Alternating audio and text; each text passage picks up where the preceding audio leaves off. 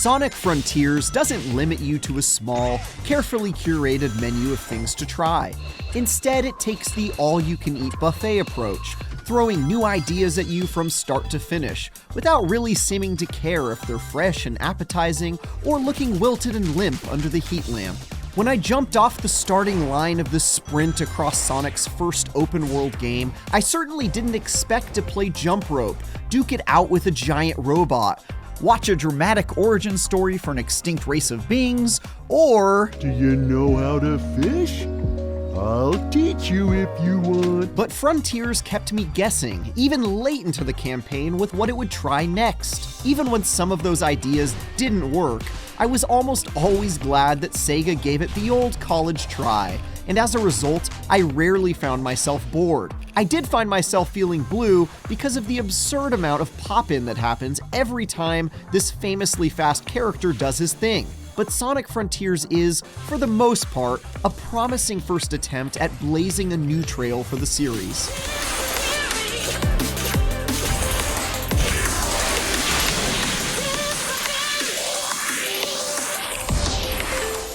While you're working your way through Frontiers' chain of 5 Starfall Islands during its roughly 20-hour campaign, you'll uncover the dark and extremely predictable backstory of a long-extinct race while hanging out with Sonic family favorites like Amy and Knuckles. You'll also meet this strange new enemy named Sage, and learn what her deal is in the most agonizingly slow way possible. You leave immediately. Since her main hobbies appear to be dodging pointed questions and speaking exclusively in vagaries. If we are fortunate, it will destroy you. With all of the different plot threads Frontiers juggles, they do end up feeling oddly disconnected from each other, and none of them offer a ton of surprises between their ungodly number of cliches concerning the power of friendship and ancient civilizations wielding advanced technology. I got a sense of completion, comfort. Weird. But they do leave room for some really good moments between the furry cast of characters. Never a dull moment with you. In fact, Frontiers produces some of the most in-depth characterizations of the Sonic cast we've ever seen in a game. One part of the campaign hones in on the brotherly rivalry between Sonic and Knuckles, while another does a great job at building Tails up as more than just Sonic's sidekick. All of that more than sated my ravenous appetite for Sonic's usual anime-style nonsense. It's strange, but feels natural. In between all of the fancy robot kicking and rolling around at the speed of sound.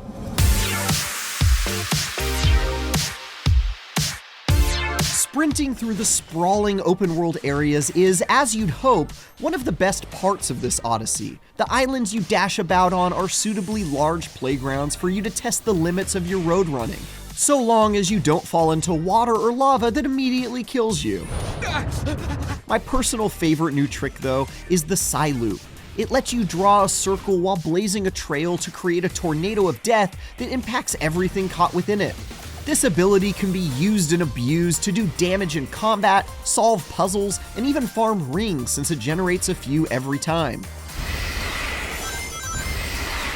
Plus, literally running in circles around your enemies is just an incredibly Sonic thing to do, which is why I practically never stopped doing it throughout my playthrough.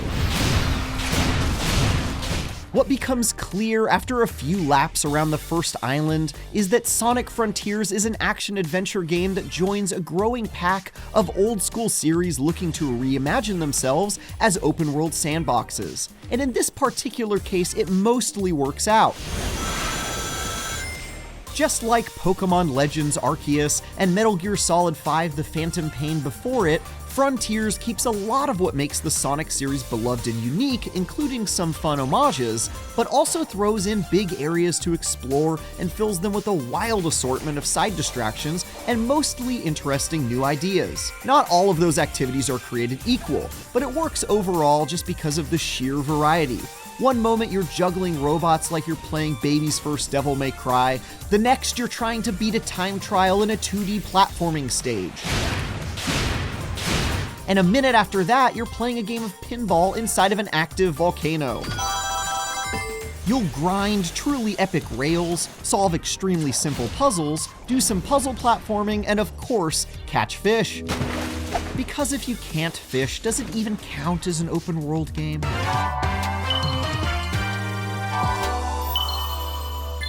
There were moments where I saw glimpses of genius in this bizarre hodgepodge of activities. Sections called cyberspace levels smartly break up the open world by teleporting you into bite-sized, traditionally linear Sonic levels, where you're racing the clock and collecting rings as you mad dash for the goal line.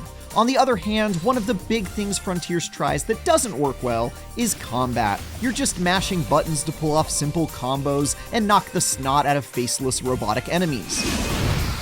I appreciated the occasional break from platforming, but since it never proves to be a challenge and throws you into almost identical fights again and again, I soon came to resent being yanked out of my lightning speed racing just to smack down another bunch of dumb toaster-looking fools. It's especially annoying when it comes to the mini-bosses roaming the open world, who often dragged me into unskippable fight sequences that weren't particularly challenging or interesting, though the giant bosses that cap off each island, which I will not spoil here, are far more exciting.